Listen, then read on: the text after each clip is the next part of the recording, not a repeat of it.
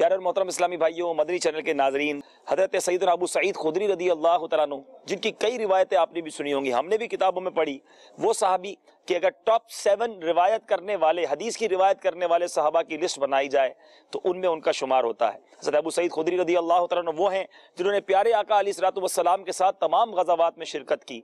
असहाबे सुफ़ा कौन नहीं जानता, गरीब सहाबी थे, मगर उन असहाबे सुफ़ा में हज़रत अबू सईद खुदरी रदी अल्लाह तआला अन्हु वो हैं जो खुद मालदार सहाबी होने के बावजूद भी असहाबे सुफ़ा के साथ रहा करते। असहाबे सुफ़ा ऐन रोज़ा रसूल के सामने आज भी वो चबूतरा मौजूद है, इतना करीब प्यारे आका के काशाना अक़दस के रहा करते। हज़रत अबू सईद खुदरी रदी अल्लाह तआला अन्हु उन्हीं में से हैं।